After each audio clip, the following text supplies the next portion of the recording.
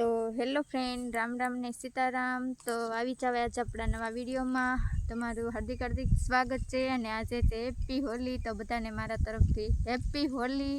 અને જો આજે હું પાણી વાળવા મળીશું જારમાં।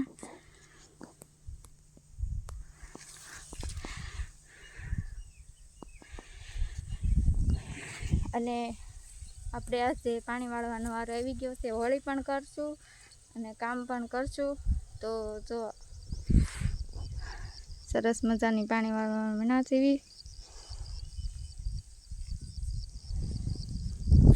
ઝાડને પણ પાણીનો સમય આવે એટલે એની પાણી તો પીવું તો જોવે જ છે। એટલે કામ તો કરવું જ જોઈએ, પરબ હોય કે વાર હોય, આપણે તો બધું કામ કરવું પડે। અને આપણા ઘઉં સુકાઈ ગયા છે એટલે હવે આપણે વાઢવાનું ચાલુ કરશું।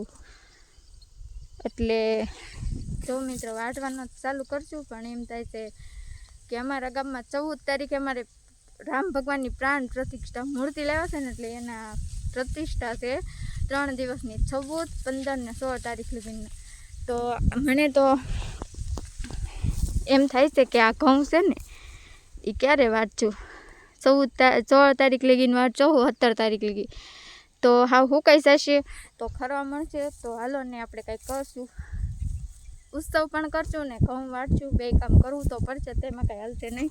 જો થયેલો મોલ કાંઈ બગાડવો તો ન જોઈએ, એટલે આપણે એ કામ કરશું। અને આપણા ગામમાં છે ઉત્સવ, 13 તારીખથી ચાલુ થવાનો છે। તો જો મેં મોઢે બાંધી દીધું છે, શરદી થઈ ગઈ છે ને તડકો એવો લાગે છે, એટલે મેં તો મોઢે એવી રીતે બાંધ્યું છે અને વિડીયો ઉતારું, બ્લોગ બનાવવાનું ચાલુ કરી દીધું છે। તો લીમડીનો સાંયો એવો મસ્ત છે, એમ થાય અહીંયા બેઠા ત્રેવી ટાટા સિંહ એવું એમ થાય, પણ શું કરવું, કામ તો કરવું જ પડે ને।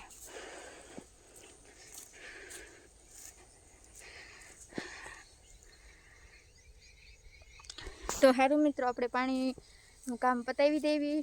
તો હાલો, આ વિડીયો ગમે ને તો લાઈક, શેર ને સબસ્ક્રાઈબ કરી દેજો। હમણાં 2 દિવસ આ વિડીયો બનાવવાનો મારે જરી કંઈ ટાઈમ નહોતો, એટલે આજ તો હું પાણી વાળતા વાળતા બનાવી નાખ્યો છે।